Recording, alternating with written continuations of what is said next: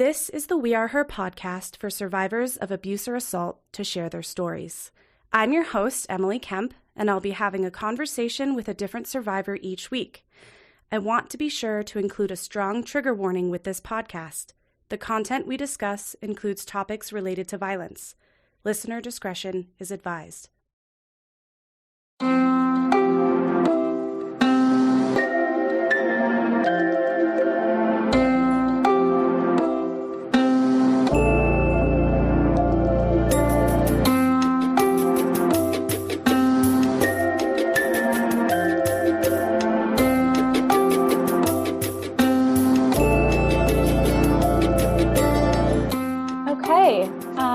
So hello and welcome to the We Are Her podcast.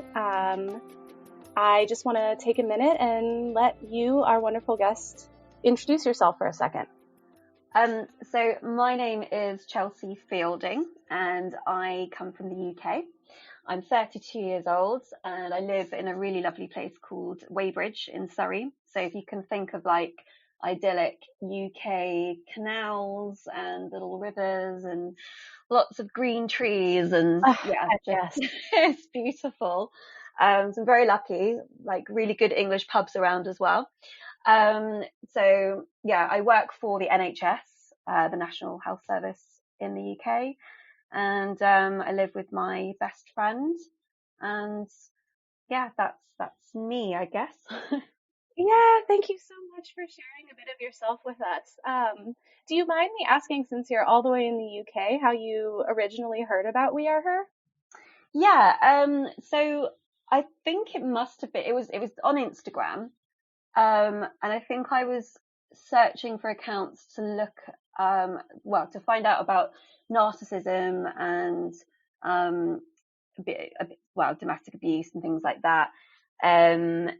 I think it was just after I had been attacked, and I just suddenly came across this account, and it just, the things that were being said on there and the quotes and the information, and it just really spoke to me. So I just clicked follow, and that's been it for about like 4 years, I think, 4 or 5 years. Oh, nice. Yeah, that's kind of, so from our inception, you've been kind of hanging out with us, which is really cool. Yeah.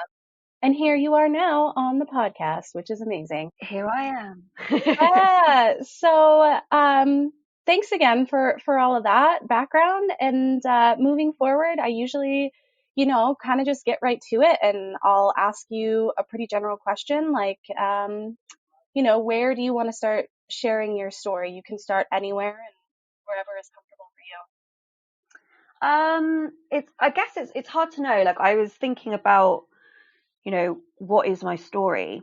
And everything kind of does center on this one incident. But I think as I've grown in the last 4 or 5 years, I've realized that a lot of it does start from when I was quite young.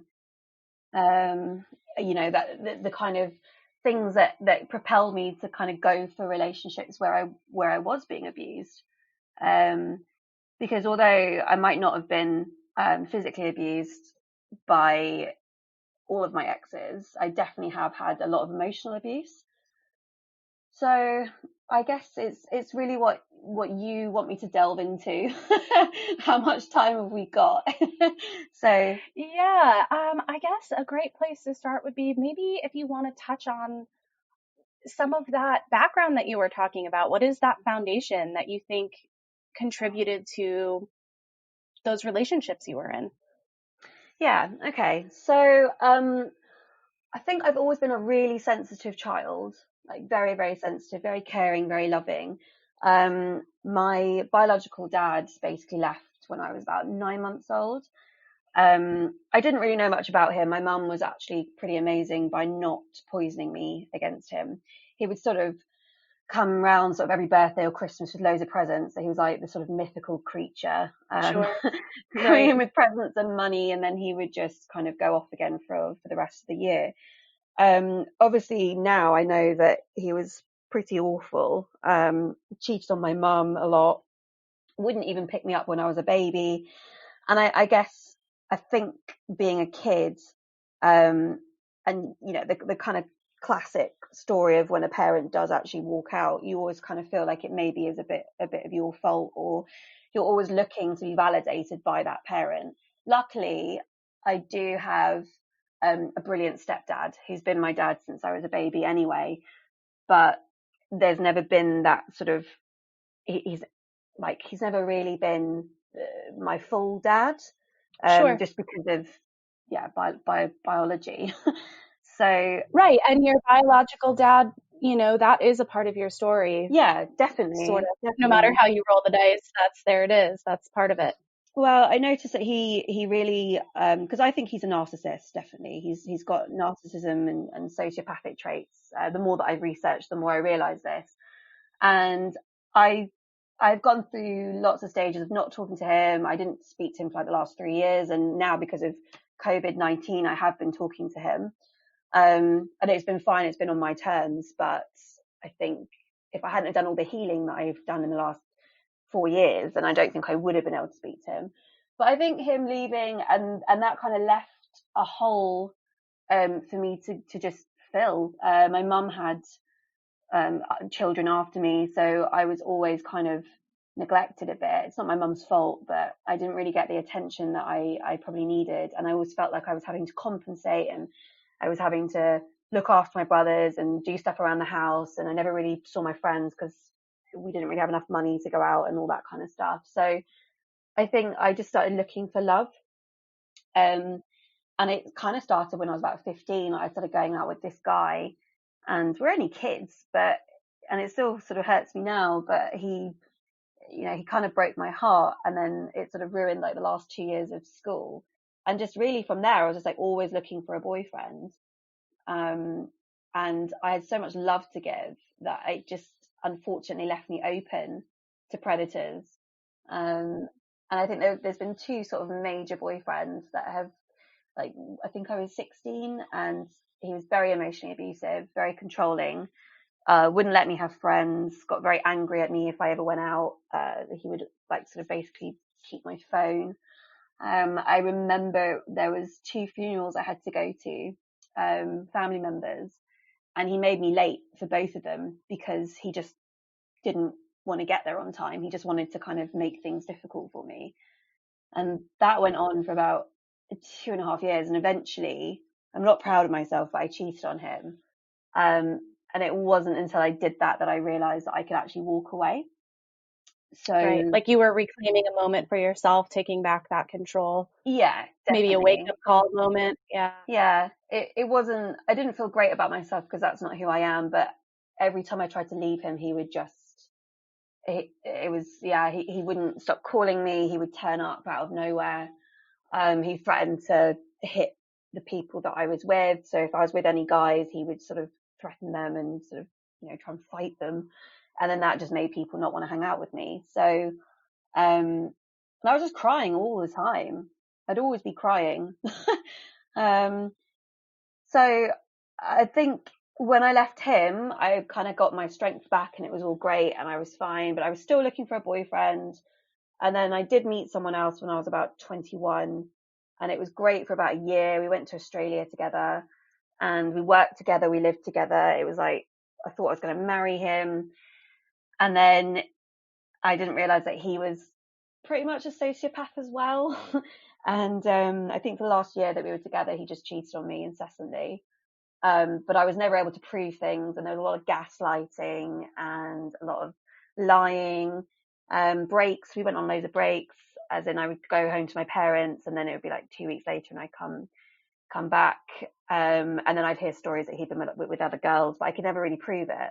Sure. And I think it got to a point where, we'd had such a big argument that I actually managed to break off the shower door in the bathroom and I threw it at him because I was just so angry with it. And I'd never been violent before myself. And I suddenly was just like, what is this? Like, what's going on? And so I said it was over and I went home, and he actually didn't stop pursuing me for about 4 years. That was back in the day where you couldn't block people really easily. So you would have to like change your whole phone network. That's like stalking behavior. I also want to point out, and I just want to stop too and go back and touch on a few things that you've said, which I think are really important education moments. First of all, I really appreciate you sharing these kind of string of relationships that you went through when you were really young, because I think that's how it starts for a lot of people. And we tend to have these stereotypes about domestic violence, domestic abuse, intimate partner violence, that it happens to like married, people with kids in their 30s and 40s. But most abusive relationships happen to actually girls aged 15 to 24. And that's because when you're learning how to date, when you're learning how to be in relationships, it's really easy for abusive, manipulative people to take advantage of the fact that you're inexperienced, right? And you're learning what your boundaries are, and you're trying to figure out how to, talk about what you want and you need in a relationship. And that other person kind of comes in and prevents that learning from happening in a healthy way. So I just really appreciate that you talked about, all of these relationships that were happening when you were younger. And I also wanted to touch on a couple of the things that you mentioned around like, I cheated, or I broke off a shower door and it wasn't like me. And I do honor the accountability that you're holding yourself to. Absolutely. And obviously, that you don't ever want to behave that way. But I think sometimes, there's a narrative when people are in abusive relationships and they do something like that, it sort of, it plays into this idea that, see, that person is messed up too, and it takes two to tango. And oftentimes when the person who's being oppressed or abused in the relationship kind of acts out or lashes out like that, they're trying to survive. They're just trying to do whatever they can in that moment to survive. And accountability is awesome, but some of the guilt and shame that comes with those types of actions, like, I can't believe I did that, I'm also a bad person. I think we have to kind of zoom out and reframe that a little bit. And so I just really appreciate the vulnerability that it took for you to share some of that more personal stuff, because I think a lot of survivors have felt something similar. No, thank you. I think, yeah, no, you're right. I do always feel quite bad for doing that because, I know that, well, I acted out of, I think, yeah, survival. I didn't know, we all lose our temper, and we all have our limits. We're all pushed to a point. But I think because of knowing that I've been abused and I've been pushed to a point, sorry, I've been told that these people have been pushed to a point. That's sometimes how people will try and justify it whenever I tell others about what's happened to me. They'll be like, oh, but that person might have just been pushed, or they might have felt really angry, and you've got to understand that they have emotions too. And I don't agree with that. But then I suppose, yeah, like you said, if I sort of admit that I've cheated or I've thrown something at someone, then I go into that kind of narrative of, oh God, I must be really awful as well. But actually, I spent so long trying to give myself to somebody and treat them right, and then this happens. What do you do? And it's I always encourage people to look at that bigger picture in the broader context, because if you take one teeny tiny slice out of a relationship and you analyze that moment in time, it's hard to know exactly what the dynamic is. But if you can kind of zoom out and look at the bigger picture and ask questions like, who has the power? Who's calling the shots? Where is the power differential? Whose world is becoming smaller, right? It makes it a little bit easier to understand the pattern that's happening. But yeah, in those moments, it can be really hard to tell what's going on. I think the biggest thing that had, or the biggest relationship, even though the one where I was physically attacked, that has definitely had like a huge mental health impact, and it's made life very hard for me for like the last 4 years. But the one where I threw the shower door, so this guy was called Tom, and Tom was like, he was like my savior. He was meant to be, I really honestly thought that we were going to be together forever. And he spent 4 years sort of torturing me. And, I now look back and think, God, I should have just cut him off straight away. But it unfortunately set like a precedent for the next sort of 8 years or 10 years. He was like a ghost I could never quite sort of get rid of, like always haunting me. Um, And I realized that, you know, a lot of the things that happened in that relationship, it was actually, although it was so much suffering, it was really, really good to help me overcome anything that might happen again. I don't think anyone will ever hurt me the same way that he did. I'm probably never going to love someone the same way that I loved him, because I wouldn't let myself be destroyed that way. Because that love wasn't real love. It was toxic love.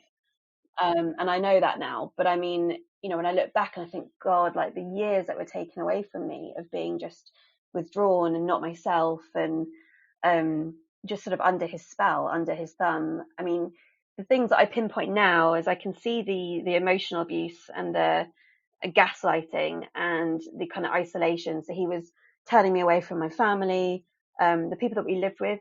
We worked in a pub together, so I had a lot of friends in the pub, but they all knew that he was cheating on me, and then they wouldn't. They were too scared to sort of tell me. And I, you know, a woman knows. A woman knows when things aren't right, and I knew that something wasn't right, and I kept sort of asking his friends and asking our mutual friends, and in the end, they got so fed up with it because they didn't want to be involved. But really, thinking back about it, you know, they should have said something. They all, my nickname was Psycho Chelsey, because all I was trying to do was find out if my boyfriend was cheating on me so I could just pack my things and go. And I think I'll always remember that, because it was just such an awful thing to say to someone, you know, that's being emotionally abused. Everyone turned their back. No one stood up and tried to help, or sort of had any decency. And now I forgive it. But I think, you know, at the time, I really do think that those people, I hope that they question themselves of, you know, would they do that again? Oh, yeah. And I'd like to point out, too, that it very much plays into a sexist stereotype of like the crazy girlfriend, and Yeah.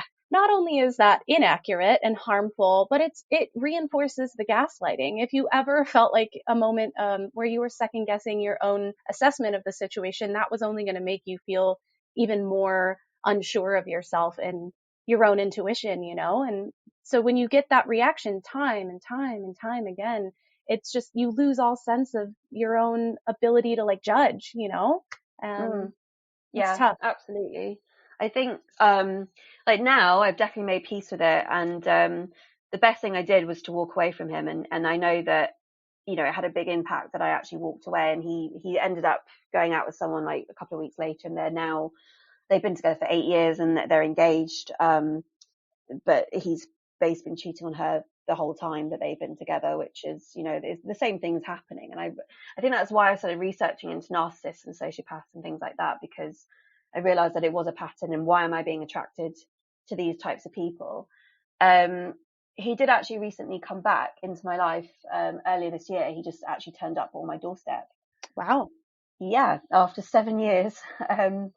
He'd managed to get my address from like a mutual friend, and he turned up, and actually it was an interesting conversation, but it was a really, really needed one. It was quite lovely, actually. I can see that he's still kind of the same person. He's not someone that I would want to have a friendship with, or really have any involvement in my life anymore. But it was good to be able to kind of put that to bed, um, and see that it really wasn't personal, that it actually, unfortunately, is just him and his personality, because he's just repeating the same patterns, only I got the chance to walk away. And yeah, it was just strange that it happened at the beginning of this year, because I think beginning of this year is when my life has started to become a lot more stable, and I've grown a lot more.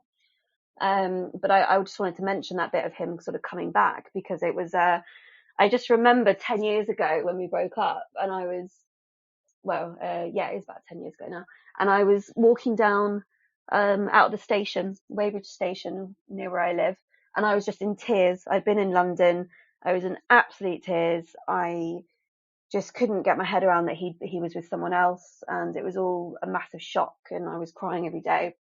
And I just remember walking down that road and thinking to myself, you know what, in 10 years' time, I'm not going to care about this. And in 10 years' time, he's going to come back and he's going to say sorry, and he's going to realize the mistake he made. And I don't know if I really believe that, but then 10 years later, it did actually happen. So But then you did get that validation and that's huge. What a moment, like you said, to kind of have closure and move on.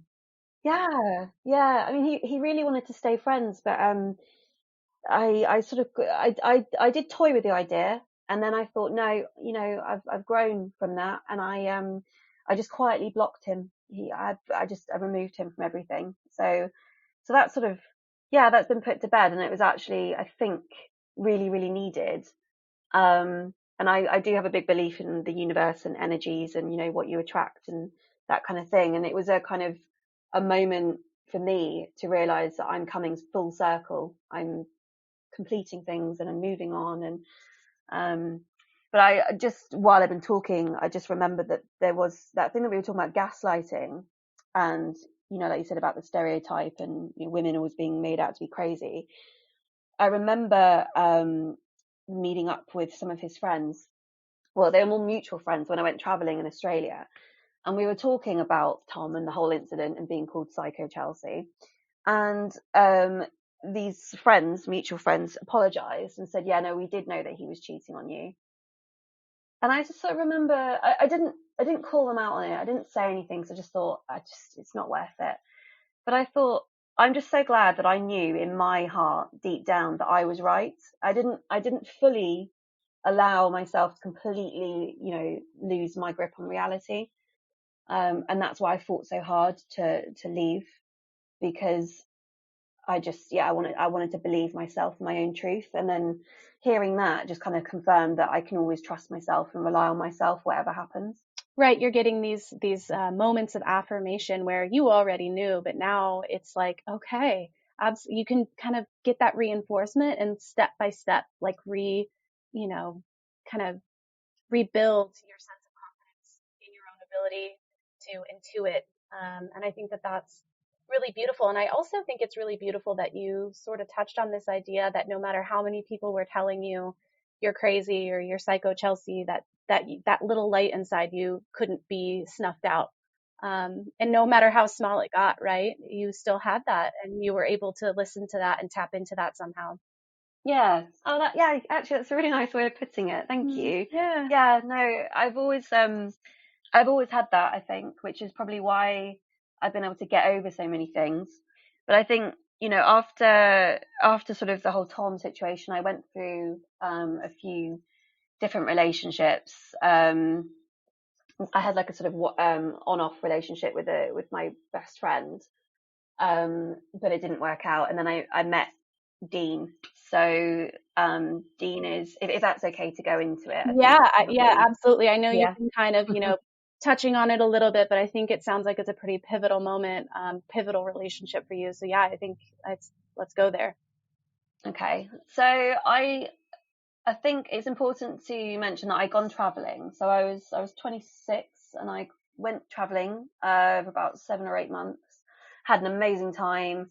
Really sort of found myself and all that kind of stuff. And then I came home. Went out with someone for about 8 months. That didn't really work out. And then I decided to go to South Africa to go work there. And when I got to South Africa, again, I was like, this isn't for me. I don't really want to do this, because it was actually really, really dangerous. And I just thought, what is it that I want? And I looked online, I saw all these like sort of my happy friends in relationships and things like that. And I thought, you know what, that's what I want. I'm going to go home and I'm going to make it happen. I'm going to find a boyfriend and I'm going to get married and I'm going to settle down. That's what I want. So I came home again, much to my mother's annoyance, because I just left only a few weeks earlier. Surprise! Yeah, I'm back. Every time I leave, I come back like very soon. And I went straight on Tinder and I was like, right, I'm gonna find a guy. I'm gonna find the perfect man. And weirdly, actually, at the same time that I was doing that, so I met Dean, like I matched with him, and I'd matched with quite a few other people, but I don't really know why he stood out so much. He wasn't really so much better than everyone else, but I think he spoke to me a lot more. He seemed very attentive. And there was something about his character already that I could see coming through. So I thought, oh, okay, well, yeah, he's interesting. And I think we agreed to meet up, and he sort of turned up in this Mercedes, like really nice car. I'm not normally a materialistic person, but I was sort of looking, I guess, for a lifestyle. Sure. Um, Well, and he and I clearly was thought, trying to give you the old razzle dazzle. oh yeah, definitely, definitely. So yeah, he turned up, and I was like, okay, that's a box ticked. Great, all right then. He's got a good job. You know, he's obviously works hard, a bit of a grown up, so brilliant. So I get in the car, and immediately my gut feeling is like, this is not going to go anywhere. I don't want to see him again already. And I thought, you know, let's just go have a fun date. I'm quite good at speaking to people. This could be just an experience. It will be fun, and I'll never see him again. That's dating half the time. You're like, well, you know, there it is. We had a drink. We're done. Moving on. So yeah, absolutely. Yeah, exactly. So I'm carrying most of the conversation because he seems quite shy. And I can do that anyway, so that was fine. But then I thought, God, how am I going to get through the next sort of like 4 hours with this guy? And then I kind of just thought that he was a bit nervous, so that made my empathic nature kind of be like, oh, you know, I'll give him a chance. That's fine. And then we had a few drinks, and then his character started coming out, and I found him quite funny. He was a very good looking guy. Um, and then I just suddenly was like, oh, I'm having a great time. And then I think we went for a drive, and we went and looked at the stars, and we had a kiss. And then like this, we were in the countryside, so suddenly we heard like this big rambling of like this huge noise. It sounded like thunder, and it was a stampede of like cows. They'd broken out of the field, so we were like running down this road. And I think because of that whole situation, it just kind of, it was a very unusual thing. So we were just laughing about it, and I don't know. It's a very memorable moment for a first date. That's Yeah, for sure. definitely. So he dropped me home, and then the next day, you know, he was like, "Hey Chelsey, like, what are you up to? Do you want to come round? I'll cook you dinner." So I was like, "Yeah, okay, cool." So I went round, and he was just constantly messaging me, constantly wanting to see me, and you know, that to me was great. I wanted the attention. I wanted him to want me around. Um, and then we just started hanging out a bit more, but there was always something a bit off with him, and I couldn't quite place it, and I still can't. But it was almost like he was just very hot and cold, and I think in the end I just sort of got hooked by this kind of, he would give me lots of attention and then withdraw, and then give me more and then take it away again. So it became this kind of, well, I got addicted to it basically.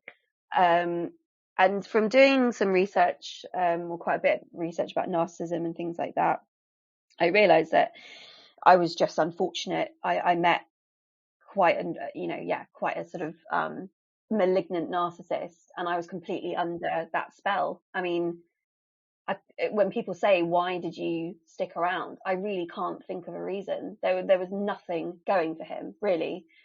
He Well, and that type of stonewalling is really, it's really intentional. And when we talk about abuse tactics, we often, again, think of the stereotypes of physical abuse, or at least more direct abuse, like name calling or someone being mean.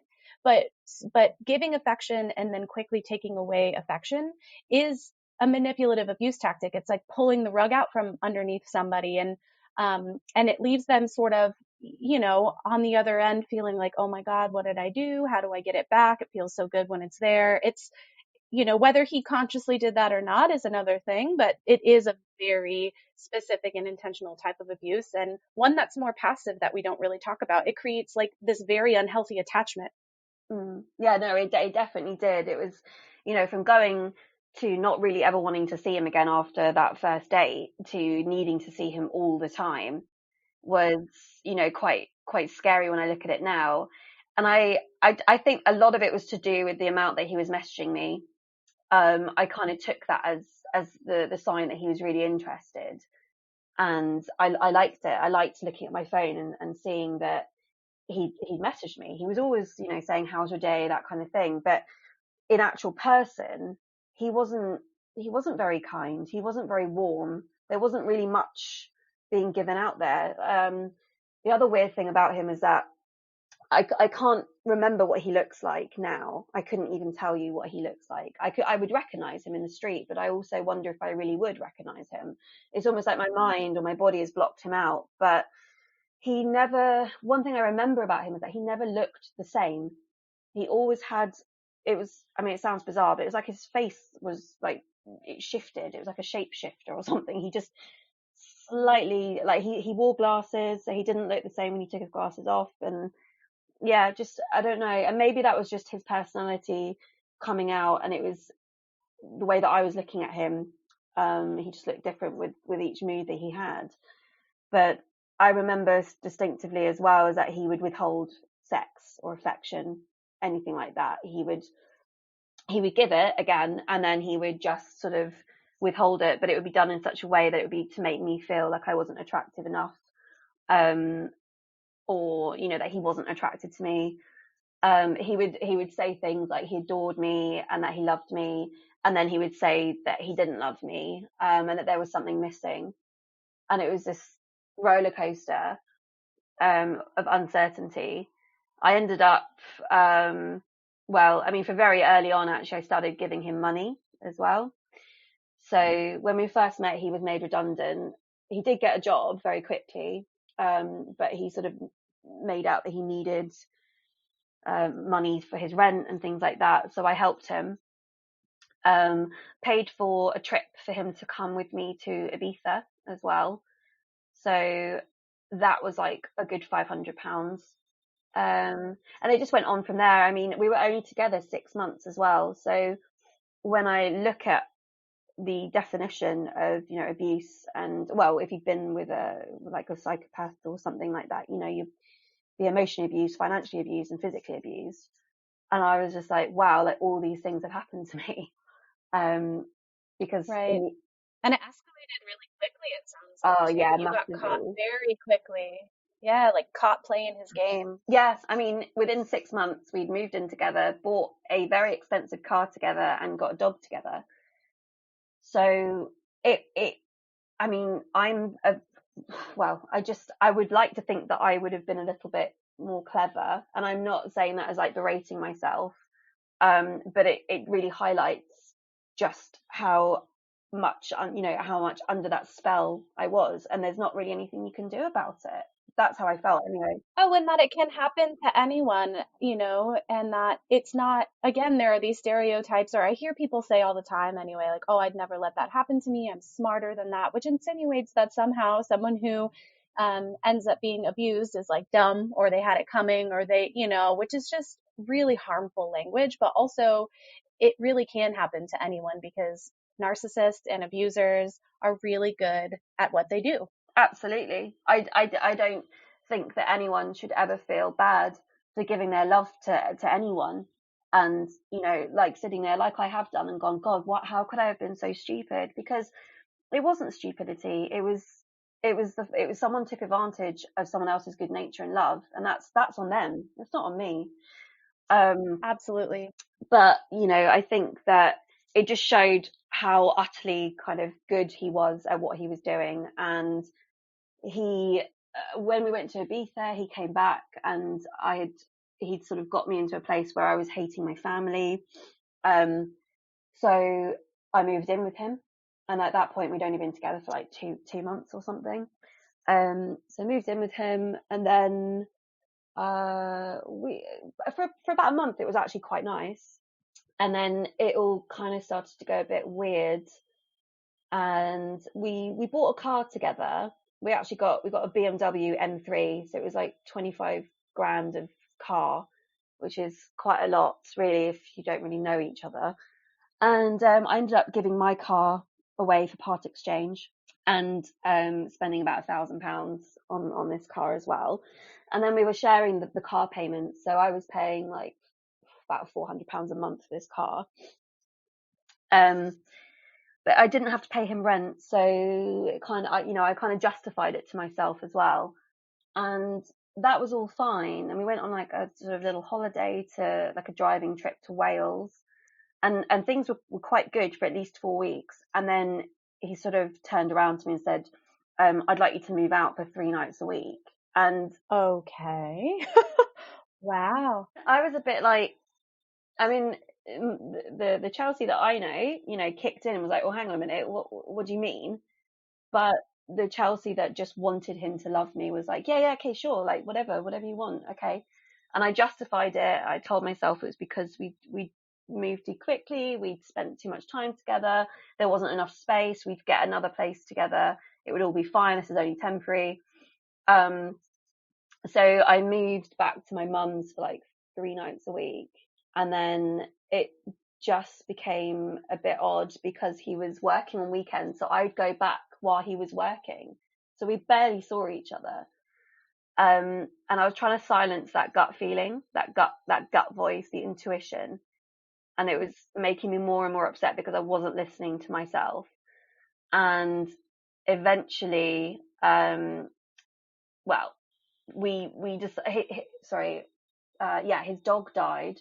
So his mum lived in Texas, and he was meant to be getting his dog over. His dog died, so he cried about it, and I jumped to be the savior, and I was like, right, I'm gonna make him love me again, and I'm gonna help him with getting a new dog, and that's what he wanted. So he perked up, and he was being all loving again, and really kind of wanting me around. We went and looked at other dogs while I'm still living at my mum's, though, at this point. So he still didn't want me to come back. And we went and had a look at this dog. He said he couldn't afford it, so I paid for it and got it for him as a present. And then our housemates, or his housemates, said that they didn't want the dog. So the dog had to stay with me, and I had to go find somewhere else to live. And then I was still at this point like living full time actually out at my mum's house and another friend's house where I could have the dog. So I'm really kind of stressing myself out, not having a stable place to live. And then I still had the spare key to his house, so I go around there every so often. And I kind of noticed that he'd been fobbing me off for about a week of not letting me go back home or to his. And I just remember one night texting him and just saying like, look, can I come round? Like, it'd be nice to hang out. And he said, yeah, okay. And I let myself in with the key. And I remember his housemates looking at me in such shock that I'd walked through the door. That it hit me at that moment that they all thought we'd broken up. And I don't know what told me. I don't know how my intuition picked up on this, but I got the feeling that he had another girl round there. So I sort of confronted Dean about it, and he told me not to be crazy, to stop being so stupid, and no, that isn't it. So I stayed over, told myself that, I was just making it up, or not making it up, but it was just jumping to conclusions. And then the next morning, I saw a text on his phone from another girl called Georgie. And again, like no real evidence, but I just felt like, I was like, right, this is obviously... This is happening, yeah. Yeah. And I was like, who's this? And he just said, oh, it's just a girl from work, that, nothing to worry about. And then I went back home, he went to work, and I actually ended up having a panic attack later on that day because I couldn't cope with it. It was, I think just, the whole situation was getting too stressful. I also had the dog, which I'm actually allergic to dogs, so it's really stupid, just like, well, and it makes sense that at some point, like, all of that stress, it's not just, this panic attack came out of nowhere. Like, you had been, for months being under so much stress, and your body and your brain, your nervous system can only live under those conditions for so long before it's going to spill over, So it sounds like things were kind of coming to a head for you. Yeah, I think I could tell that he was really pulling away. And I was just so angry, but also incredibly scared because at that point, he was my anchor. He was my network. Although I wasn't living with him full time, I was still there and I still relied on him. And he'd made me so reliant on him. And the car I had wasn't even mine; it was his. So we had 2 cars, but they were both his. and this dog that I paid for but wasn't mine because it was in his name, and it was just, I had nothing. And I couldn't go to work, and I was just, I think at that point my mental health was starting to get really bad, and I was starting to think like, I just can't be here anymore. I don't want to be here anymore. I think it was the dog, Clarence was his name. He actually gave me something to kind of live for. At that point, that's what I thought anyway, and I thought, I can't leave him. And I still thought that Dean was going to come back to me, or at least that we were going to, if I just hung on for a little bit longer, we'd move in together and it would all be fine. And then, so after the panic attack, Dean came to the hospital where I was, because I actually got admitted, because my asthma was affected too because of the allergies. So he came to the hospital. I took that as a sign that he still cared. He was in contact with my mum, and he went and picked up my prescription, and he was like, don't worry, I'll look after you, type of thing. So again, that validation, that love was back. And I felt like, okay, this is good, this is fine. And then a few days later, he said, can we talk?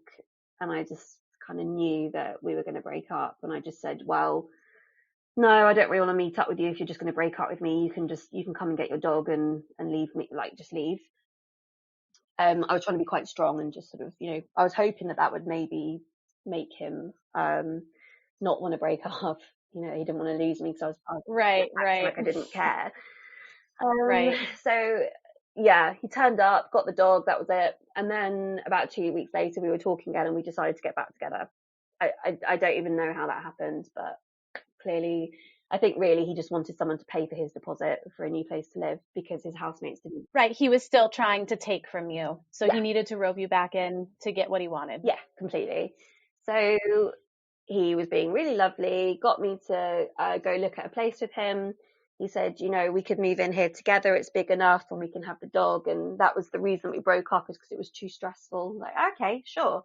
So I paid £1,500 for a deposit and the first month's rent. And then he still convinced me that he needed to move in first before I did. And again, I don't know how that happened. And then I think it was about a week that he'd been living there, and I was like, right, I'm gonna move my stuff in tomorrow. And he was like, oh yeah, okay, fine, sure. And then I'm at my mum's, and I get this text from him saying, you're not gonna like this, but it's over. I'll be in touch with you about financial situations, but don't contact me. And I just thought, I think it was like my backbone. I suddenly felt like I got a backbone. And I was like, no, actually, you can't do this. You can't. So I actually went over there, and I let myself in, and I demanded to know what was going on. Seeing as how you had paid for the freaking deposit, I'm sure you had a key. Yeah. Good Lord. Yeah, basically. I think he'd been telling me that, if I turned up unannounced or whatever, then I wouldn't be allowed in. He'd call the police, or I could get in trouble. I was trespassing, but I now know that that's not true. That's not the law. So I did go in there, and I was actually quite calm, and I just demanded that he sign over one of the cars to me, not the BMW, the other car, just because he'd taken mine, and the amount of money that I'd already paid for the car amounted to that, to the old car that he was going to sell anyway. So he agreed to that. He signed it over to me, and he kind of sweet talked me around into being friends, and that we, had fallen out of love with each other, and that we could still support each other, but he still needs my financial help. And again, I just agreed. I think I was just so desperate not to lose him completely, thinking that it might get better, it might be okay, that I just allowed it to happen. So I just sort of said, yeah, okay, fine, and I walked out. And then I think it was a couple of days later where I realised that I had left a box of things in the house, and one of the boxes contained my grandmother's engagement ring. And I think at this point I'd kind of, I got my sanity back a little bit, and sort of realised that if I didn't go get it, he might actually sell it. And I just didn't trust him. And I actually wanted to go get my dog as well. I missed him, and the landlady had also rung me to tell me that she was going to report Dean to the RSPCA for, which, if anyone doesn't know what that is, it's a animal shelter charity that stops animal cruelty in the UK. She'd rung up to complain that Dean had been locking our dog Clarence in a cage for 12 hours a day where the dog couldn't turn around. And I think at that point I just thought, no, like, you might be able to abuse me, but I don't want you touching my dog. So I went over there to go get the dog and get my things, and I did have a key, so I let myself in, and I did text him and said, out of courtesy, I'm here, and I'm taking Clarence, but I couldn't find the box of stuff. I couldn't find my ring, so I texted him asking him where it was, and he'd put it in the boot of his car for some reason, and now I know it was because I think it was another point of control to keep my things so that I couldn't just go in and get them by myself. So he said, well, if you want them, then I'm gonna have to come back and give them to you. And I really didn't want to see him, but I thought, okay, fine. At no point through the 6 months of us being together did I ever think that he would be violent.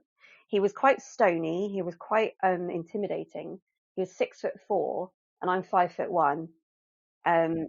So the size difference, and I'm quite slim and he was quite sort of muscly. He was very strong basically, but he was never ever violent towards me.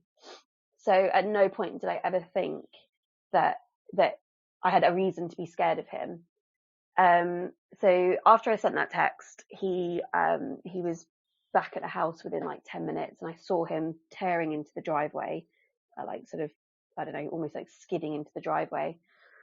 And for some reason, I felt a little bit scared, and I immediately picked up the dog because I kind of thought, well, if I'm holding the dog, then he's not going to be able to sort of get in my face or shout at me. And he walks into the apartment, and just he's so angry that he's very quiet, and his face is twitching. And he just said to me, "Get the fuck out." And I just sort of looked at him and said, "No, I'm not leaving. This is my house, not yours." He said, "No, I live here. Get the fuck out of my house." And I said, "Well, you didn't pay for the deposit, so no, you don't live here actually. Technically, this is my place. You need to get out." And he said, "Well, no, because I can prove that the deposit came from my account, so you've got no claim to this." And I just sort of said, "That's ridiculous." And then he said, "Put the dog down. You look ridiculous. There's no reason for you to hold the dog. I'm not going to hurt you." So I said, "Okay, fine." So I put Clarence down. I also felt a bit bad, so I thought Clarence was getting quite scared. And I can't really remember what me and Dean were shouting about, but I walked over to him, and I just I was trying to get past him to get into the bathroom. I think I'd left something else in there, and I wanted something. And he said something to me, and I really can't remember what it was, but I just remember turning around to him, and I had sort of my palms were out in front of me open because he was getting quite close to me. So I put them out to kind of, I guess, have my space and indicate I wanted him to stay away. And I just said, "You're a pathetic excuse for a man." And he snapped, and he just grabbed me by my neck. It was so quick. He grabbed me by my neck and lifted me up, and it was like he was just squeezing like marshmallow. It was just like nothing to him, and he was squeezing and squeezing, and my feet were just dangling off the ground, so I was technically like hanging. And then I felt myself being sort of smashed into the corner of the front door and the wall. And he was just holding me up against the wall, just squeezing and squeezing, and just shouting at me and just saying, "I've had enough of you." And it was so quick that I couldn't, when you watch people being strangled in movies and they're sort of scrabbling around for like 5 minutes, it doesn't happen like that. It's so quick. And I was trying to put my hands up to get his hands off, but I had no strength. I couldn't do it. All I could do was just rest my hands on his hands.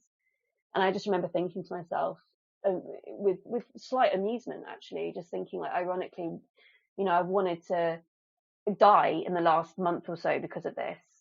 And I've had suicidal thoughts before, and this is how it's going to end. This is how I'm going to die. And I really thought that was the moment that I was going to die. And I remember the feeling of, I'm not ready. I don't want to die. Actually, this isn't how I want to go. And then I must have blacked out, because I woke up on the floor and he had my head, and he'd sort of smashed it. He was digging it into the floorboards. And then he let go. And then I sat up, and he was on the other side of the room. And the feeling was like being drunk. It was like I was standing on the ceiling, and everything had turned upside down. I couldn't really understand what happened. It was just a massive shock. Like, I was just all over the place. And so I stood up quite quickly, and then I had to sit back down again because I felt really sick. And I just sort of looked at him and said, "What did you do?" And he went, "What are you talking about?" I said, what did you do? "You've just strangled me." And he went, "No, don't be ridiculous. You're talking rubbish. You strangled yourself." And for a split second, which I think is physically impossible. I mean, it is, yeah. I had to ask the police though if that was possible, because honestly, for a split second, I really did think that maybe that had happened. And that was the power of that emotional abuse and gaslighting. And I was in absolute disbelief. But I think the adrenaline running through my body at that point, people find it really hard to believe, but I got straight back up and started arguing with him for another 45 minutes. I didn't just leave. I was determined to leave with my dog and the keys to my car and my stuff. I didn't want him to, I think at that point I just thought I didn't have anything else to lose. I was really so broken and so down that I was just like, fine, if he kills me, he kills me, but I'm not going to just walk out of here letting him. well, and you were in like fight or flight mode, your body can do amazing things, like you said, with all of that adrenaline. And, when you're in fight or flight, your rational brain, that prefrontal cortex, sort of shuts down, and you're just in your primal sort of state of being. And you're like, I need my dog. I need my keys to get out of here. Yeah. Like very determined. Yeah, it was. I remember saying to him, like, "You nearly killed me." And he was like, "Oh, you're always trying to kill yourself here." And he threw a bottle of pills at me, and he told me to go kill myself. And I said no, obviously. And I we were kind of circling each other. He didn't really get very close to me, and I didn't get close to him in the kind of immediate moments. But I took my car keys, and he grabbed them before I could get them. Sorry, he grabbed them and he held them above his head, and he said, "Come on, then, come and get them." And I just said, "Don't be ridiculous, just give them to me." He said, if you don't take the car keys, I'm calling the police and going to have you removed." I said, "But you're not giving me the car keys." So then I picked up the dog and I said, "All right, I'm going." And so if you take the dog, then you can't have the car keys. So it's one or the other. You can walk home with the dog, or you can take the car keys and leave the dog with me. And he kept threatening the police and telling me that he was going to tell the police that I was crazy, and that I had come in and I'd trespassed, and that I was the one that had hit him. He also said that, he said that he was going to tell them that I'd run into a wall as well, and that I'd tried to strangle myself and set him up or something. And I think now I can hear how ridiculous that is, but at the time I was terrified, because I thought the police would listen to him. I thought that I was going to get in trouble. Yeah. Right. It's interesting too, even in this little exchange that you guys are having, how he's constantly like wheeling and dealing and looking for leverage points to his advantage. He's always like blackmailing or holding something hostage, tit for tat, just like grasping and grasping and grasping at whatever he has to try and keep that power and control in the situation. Yeah, completely. There was definitely always a power thing. And I think it was just because he knew that actually I wasn't, that he couldn't control me anymore, because when he said that, I said, "No, I'm not leaving." And I actually noticed that there was someone next door as well that had heard everything. But they didn't come to my rescue at all. But later on, I did manage to use that person as a witness. But Dean was, constantly kind of, like you said, like being blackmailing and just saying, "Right, I'm going to call the police. I'm going to do this. I'm going to do that." And then because I refused to listen to him, and I refused to leave without the things that I came there for, he did come back up to me again, and he got my arm and he pinned it round my back and sort of pushed me to the floor again, so that my head was digging into the floor again. And he was just like, "Why won't you just fuck off?" And I was like, "Well, because I want my stuff, and I'm not going to walk away." And then he let me go, and then he got his face right into my face, so he squared up to me, and I just looked him straight in the eye, and I just said, "I'm not scared of you." And I really, really believed it. I was not scared of him at that point, because I just kind of figured, well, what else could he do? And he looked at me and said, "Well, you should be. You don't know what I've done, and you don't know what I'm capable of." And I think there's, like, in America, you know how some place, like, because I obviously watch a lot of American TV, and if you ever come across a bear, they tell you to become bigger than the bear, don't they? So for some reason, I was like, right, I'm gonna be bigger than the bear, and I had this idea of just kind of making myself look quite scary. And I when he said, you don't know what I'm capable of, I just screamed back at him, and I just said, "Well, go on then. What are you going to do? Kill me? Go on, kill me." Obviously said in a much more hysterical way than I just said it now, but I said, you just tried and you couldn't do it. So what are you going to do? And it was almost like he just backed off. He just kind of backed down and walked away from me, and he didn't come near me again. So, I kind of grabbed my things. I unfortunately couldn't take Clarence with me. I think I was just actually too scared. And I thought, I'll come and get him back at a later date. Like, I could maybe get the police to help me with it. So yeah, I walked down the stairs. Dean followed me to make sure that I got into my car. And then he did give me my box of things, and then he just, told me never to come back again. And I said, well, this isn't, I will be coming back for the dog.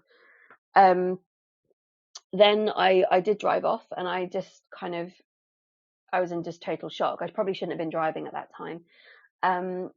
And then I rang a friend of mine, and I told her what happened. And it was actually her that said, "Go to the police," because I honestly thought the police would just think I would be wasting their time.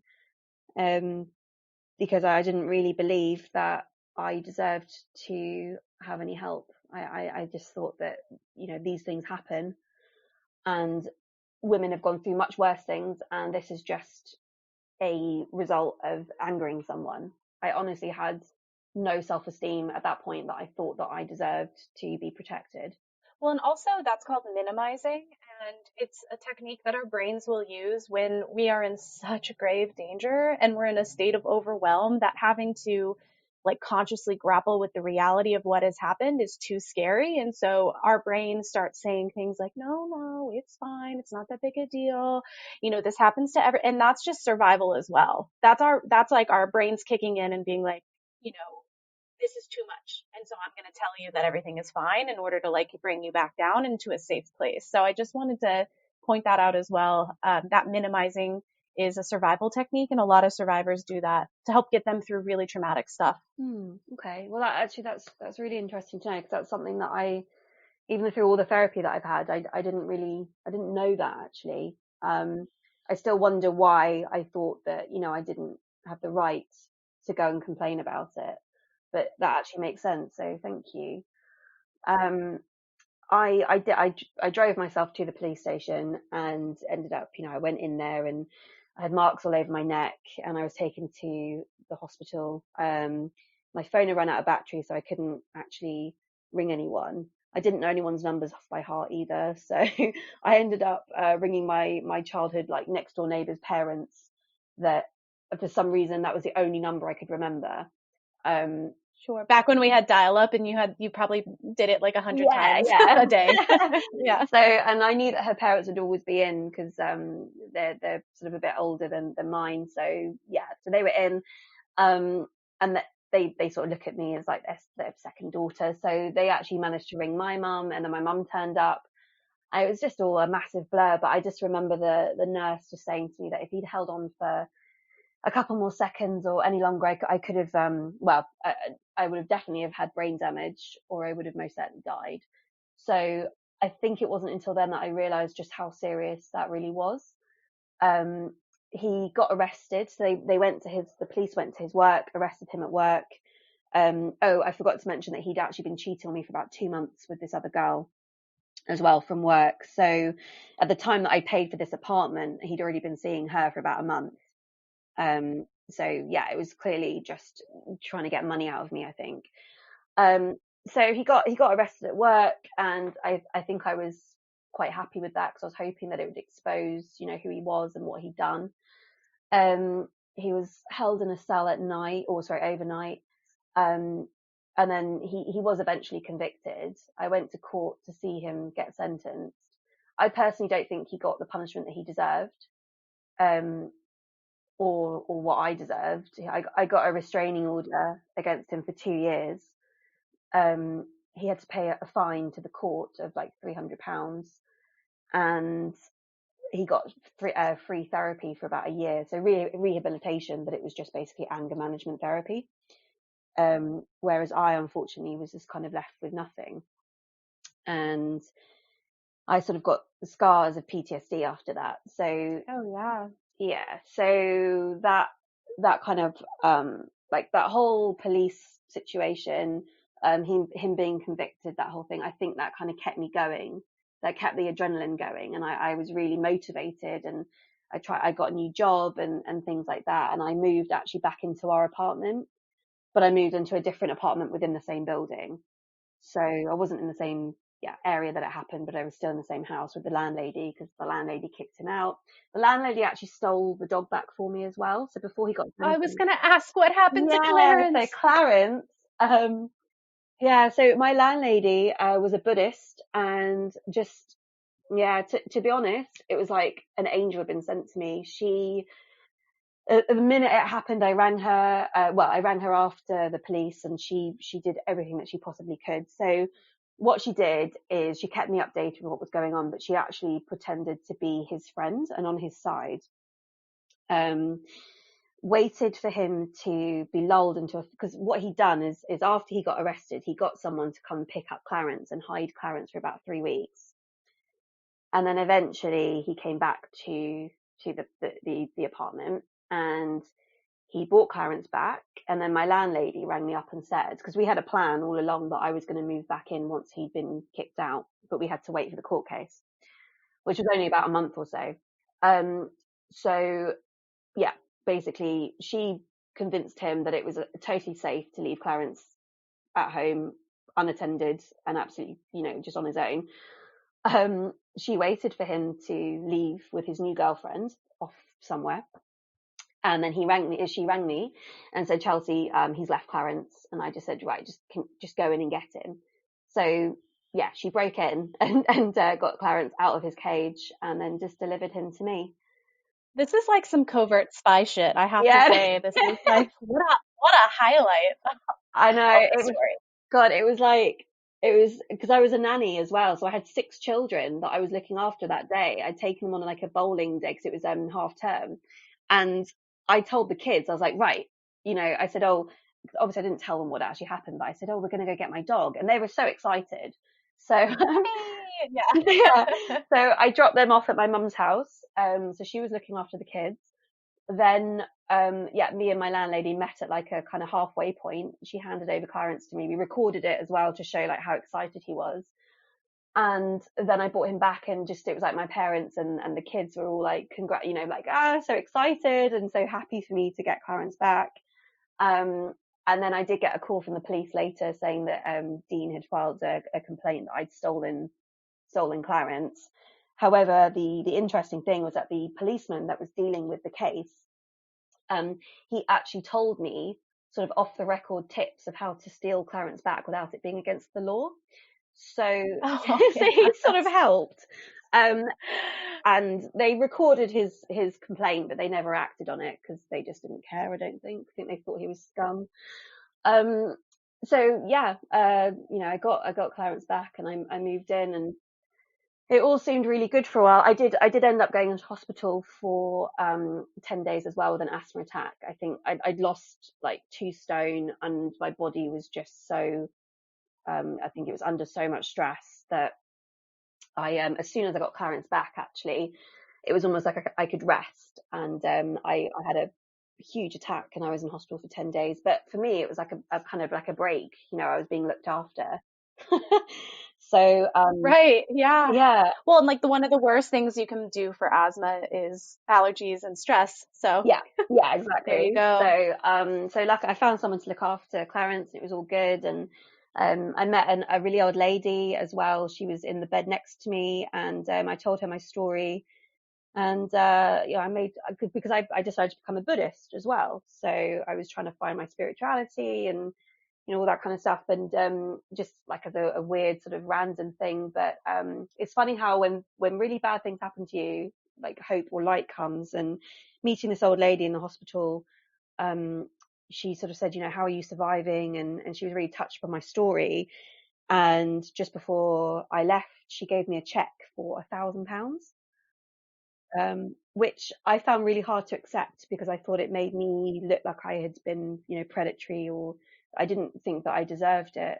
And I thought I had to give something back, but she just said, no, this is to help you get on your feet, and money is money. And, she just wanted to help me out. She was like 102. She fought through World War II.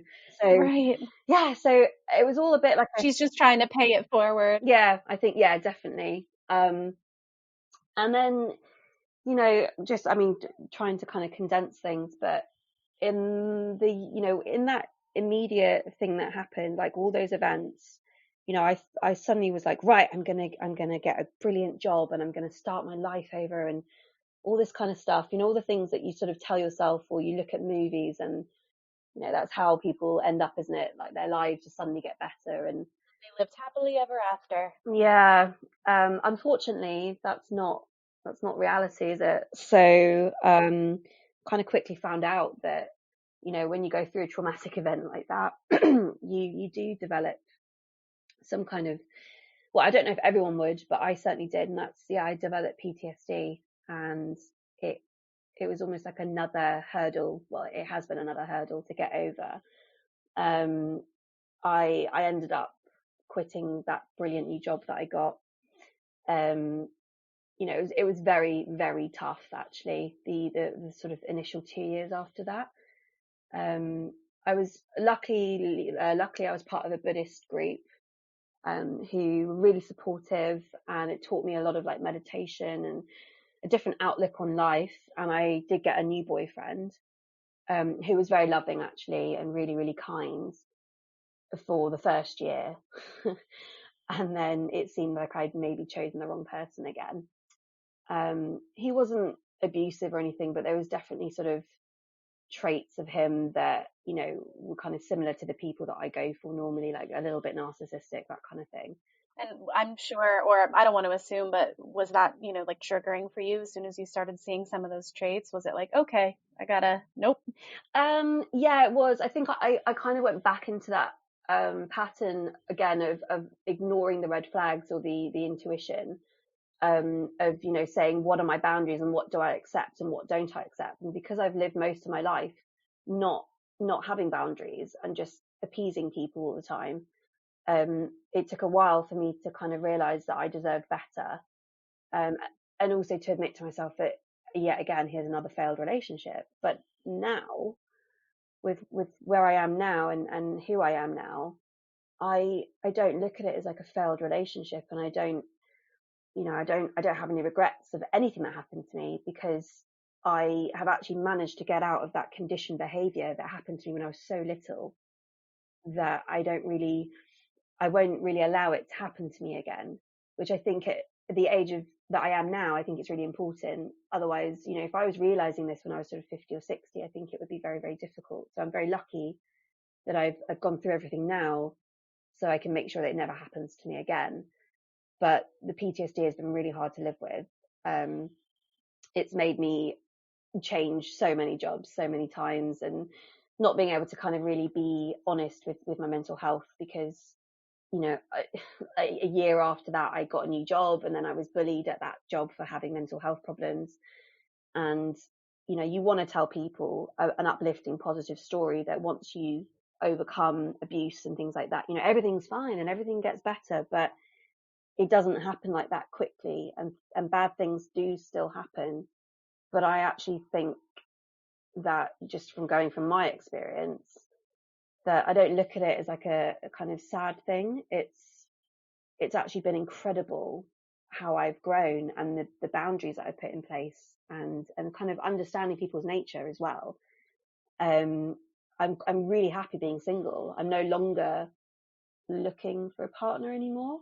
I think if it happens, it happens. That's great. But I've kind of gone from being that girl at 26 of like desperately needing a boyfriend to make myself feel validated. I'm now a 32-year-old woman who has kind of accepted that I've had a really toxic way of looking at love. And I'm not ready for a relationship yet. And I'm just like working on myself. And I think it's taken a very long time to actually give myself the love that I deserve.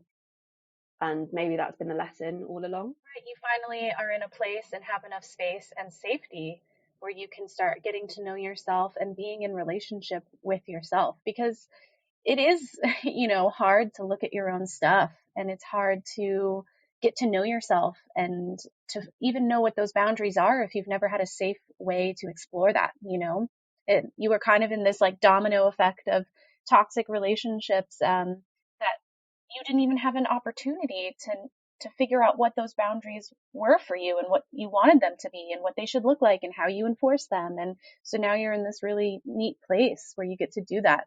Yeah, I think being able to say no a lot more has been really helpful, because I realize that when you don't have a stable, or if you don't have stability, like a lot of people can go back to, they can rely on their parents and things like that. And I've never really had that, because I've just not been in the position to. It's not like my parents are horrible or anything. Like, they love me and I see them, but I cannot, if everything went wrong, I could never go back to my parents and live there permanently. I have to kind of keeping myself above water, which can be really, really exhausting. And it's very easy to want to just, rely on someone else to do that for you. And that's kind of what I was doing. I was just sort of like in a survival mode all the time, just putting up with whatever was thrown at me, because I felt like I had no other choice. And I think, what they say about hitting rock bottom a few times, you always sort of, the only other place to go is up. So you have to keep picking yourself up. But, there were so many times where I would be on the floor, like rock bottom, and just be like, I can't do this anymore. But that little bit of light would always kind of keep me going back. But now it's kind of, I might not be earning loads of money and things like that, but I'm really stable. I've got a good place that I'm living. I've got my own space. I do my own thing. I've got a nice car. I've got a good job. It's just amazing how it kind of all, come, like, when you're in your worst points and you think that it's never going to get better. It really can, if you, well, not even if you, I think, I sometimes get worried that I'm putting too much pressure on people, and I'm like, oh, if you work hard and blah, blah, but I just think it can happen. You can make it happen. You don't, it's okay to be on your own. I think that's the biggest point that I've taken from this. And I feel like we've kind of talked about it a little bit, but I do want to be intentional and ask, and I try to wrap up the podcast by giving any guest an opportunity to just say, what message or takeaway would you have for any survivor who's listening right now? I think, and actually that's something that I do think about a lot, because I think, if someone came to me with the same issues and things, what would I say, and what would I say to them about what I've been through in my life? And I think really the biggest thing that I can think of is to not hate yourself. It's not think that it is your fault. And if things don't snap back, or if things don't get better immediately, you've not failed. I think that was probably the biggest thing for me to realize, is that, I was so set on my life just like being amazing as soon as Dean got convicted, and that was it. And I was going to have this wonderful life and everything. And, and I'm still not there, but that's okay. It's absolutely okay. It's okay to go at your own pace, and it's okay to learn at your own pace, and it's okay to make more mistakes. And it's, you know, it's okay to realize that you loved someone who hurt you and abused you. That's not your fault. It's really a reflection of you. It's a reflection that you've got so much love and hope in your heart that you can see the good in everyone, even if they are showing you red flags and you choose to ignore them. It doesn't make you stupid. It makes you magic, actually. It makes you, you know, one of those rare people in the world that can get up time and time again and face the world and see the world again and again with, you know, hopeful eyes and still trust people. I think not letting these experiences make you jaded is really important, because you can end up hating the world. And why let someone who's got so much darkness and hate in them make you hate other people or the world or not enjoy the rest of your life? You know, they shouldn't get to win. They shouldn't get to take that away from you. It was their fault that they threw away something so beautiful because of their own darkness. And you should never punish yourself for the rest of your life for that. But I think it is really important to just highlight that however long it takes to get back on your feet is not, you know, it doesn't define who you are or the reflection. And if you need time to process it, if you need years to heal, if you need to keep going through what happened and keep having therapy, you know, and keep doing what you need to do to get over it, no matter how long it takes, that's your choice, and that's okay. It's on no one else's timeline, because no one else can really tell you how to live your life, I think, or how to heal. Yeah, exactly. Talking to other people is obviously really, really helpful. And sharing those experiences and trying to help other people. I think that's been like the biggest thing for me, is being able to help others, but also learning that it's okay to be selfish. That's another big thing that I figured out, that being selfish is okay. It's not negative. It's not wrong. And also, just like one other point is, if you end up being with someone again who, you know, like in my case, being with another boyfriend who was a little bit sort of not abusive, but, you know, obviously like not maybe being, or not treating you the way that you should be treated, and that happens to you again, like that's not failure either. You know, it's not a reason to think that it's your fault, or that it's you, or there's something wrong with you, or anything like that. It's just unfortunately the way it is, and it's how you kind of react and how you look after yourself, that you should be focusing on, and that matters. And I think that I'll probably be rambling a little bit more, but hopefully that's okay. No, I love it. Like every word that comes out of your mouth, I'm like, yes, all of it. And I just loved your description of like people, you know, the special people in the world that have that hopeful, empathetic heart, and that, you know, that's magic.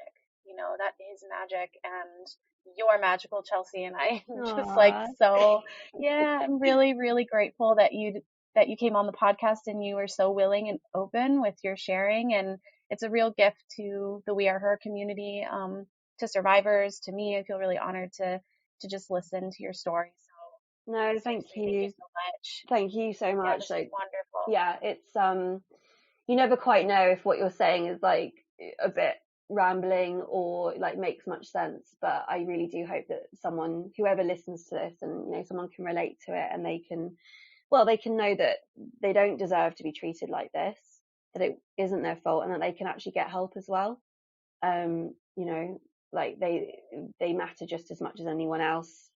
And investing in yourself is not a bad thing. It's not selfish. It's probably the best thing that you could ever do for yourself and other people. But I think that was the biggest thing. It was not actually validating, or not allowing myself to sort of get the help and stand up for myself. And now, God, I stand up for myself all the time. I have no problem.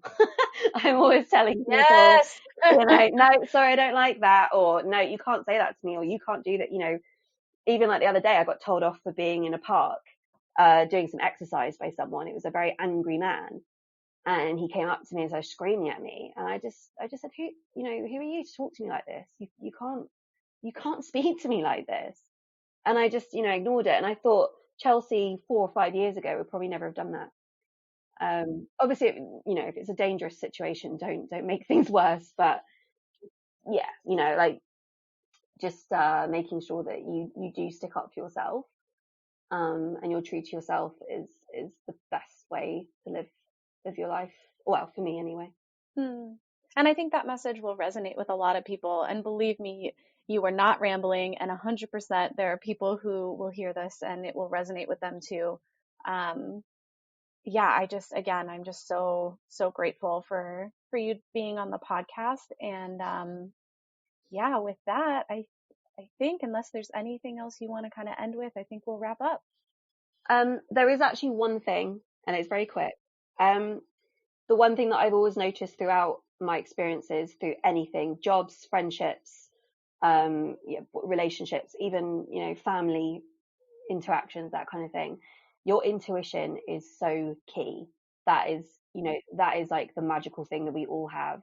And every time I didn't listen to mine, I would kind of find out later on that it was right. And now I listen to it, and there's nothing wrong with listening to it. And I just think it's really, really important to sit with your body and listen to what is being told to you, because your gut knows. It absolutely knows. And normally it's when you don't listen to it that, turmoil kind of happens, and it's what protects us. It's that primal instinct, isn't it? So just, if anything does feel off about anything or anyone, you're probably usually right. So it's good to just kind of check in with yourself and look at what that message is, because it could save you a lot of trouble, I suppose. I just wish I'd done that a bit more. So that's what I do now. Oh, well, and I've heard that from a lot of survivors, and a lot of the survivors that have been on this podcast have said exactly that. Like, hindsight 2020, but what I'm learning now is to tap into those instincts, that intuition, and trust your gut. I mean, that's a phrase I hear all the time, not just in this podcast, but also just in circles of survivors who are on the other side of their relationship. Like, trust your gut. I wish I would have trusted my gut, So I think it's an important message to keep reiterating, for sure. Yeah, definitely. Well, that was all I've got to say. So I'm sure everyone's pretty tired of me talking now. No, I love it. I love it so much. Thank you, Chelsey. I think you're amazing, and we're really lucky that you've been following us and are a part of our little community. Oh no, I love you guys. Thank you. Thank you for giving us an outlet as well. It's amazing what you guys are doing. Absolutely. Well, with that, I will say goodbye, and we'll see you in the future somewhere on the interwebs in the We Are Her community, I'm sure. Okay, brilliant. Well, take care and stay safe during this whole weird thing, weird time that we've got. And thank you again so much. No problem. Bye. Bye. We hope you enjoyed the podcast. Be sure to subscribe, and don't forget to check out our online community at weareher.net. If you or someone you know has experienced abuse or assault, you can always call the National Domestic Violence Hotline at 1-800-799-7233.